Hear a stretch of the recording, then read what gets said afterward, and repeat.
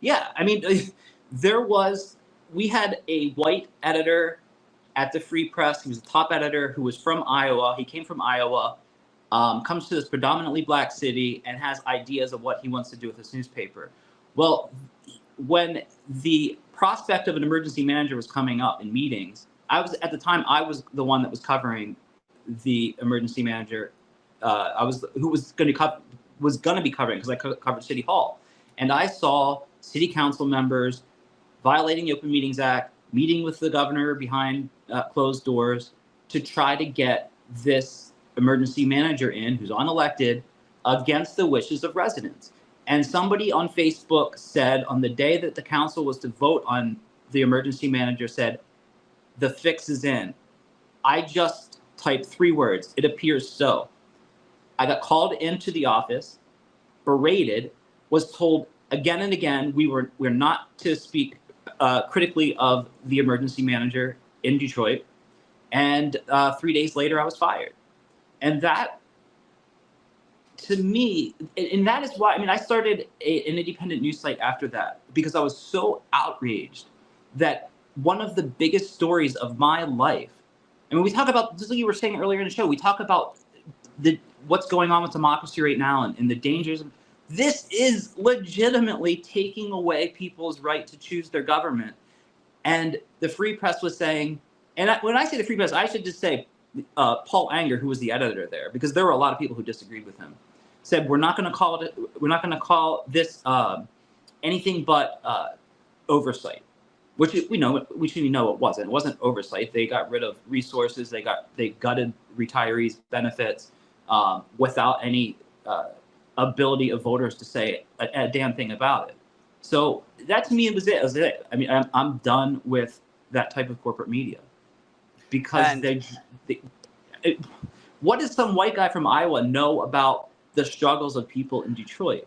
But I think it's more insidious than that. If you could share, Yeah.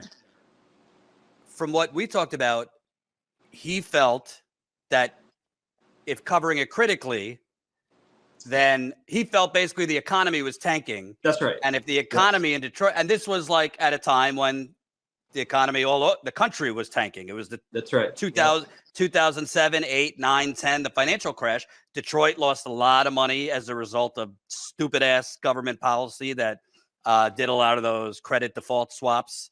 And they lost a lot of money because of the financial crash.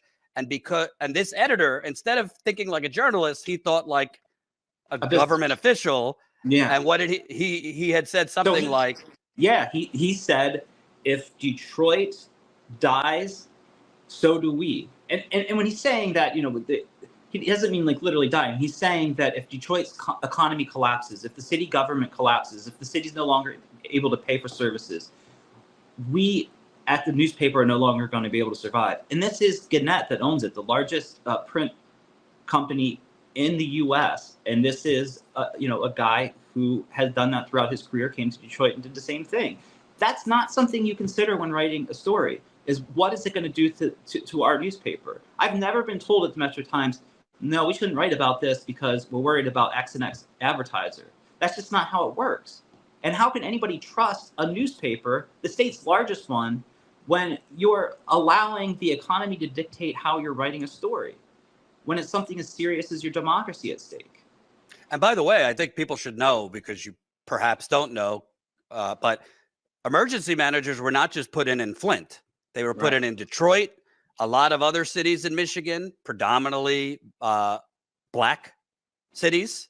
Yeah. So this was throughout Michigan. It wasn't just a Republican thing. Democratic governors appointed emergency managers. So when they say running government like a business, that's what it looks like. Yeah, Highland Park had an emergency manager. They don't have schools anymore. There are no schools in Highland Park that are public. They demolished their high school. That's what an emergency manager does. Right. That's serious shit.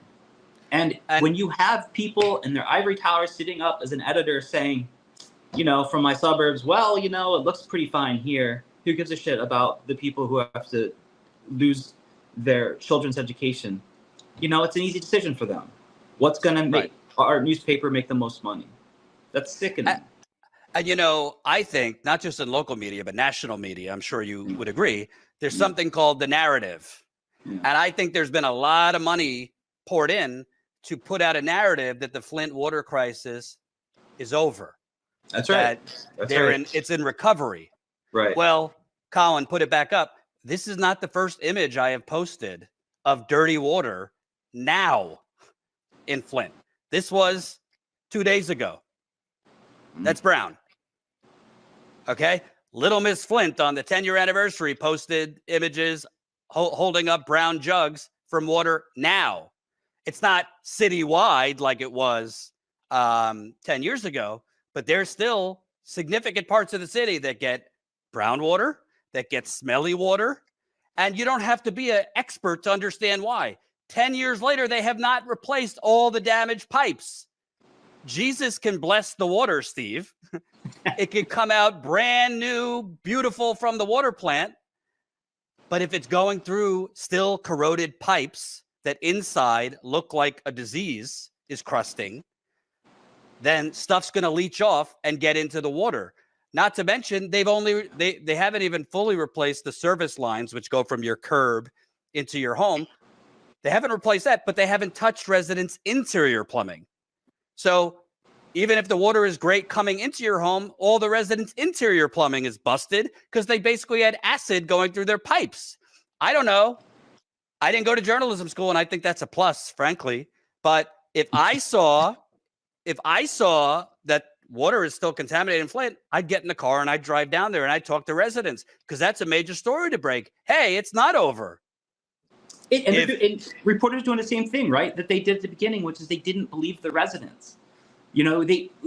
So when this first happened, residents were doing everything they could to get the attention of the politicians. When that didn't happen, they tried to do everything they could to get to the media. And we now know from emails that when the leaders of the community at the time, which were black pastors saying, our children are being poisoned, and no one was believing them, behind the scenes, Snyder and his cronies were emailing and mocking these people as if the community leaders couldn't be trusted.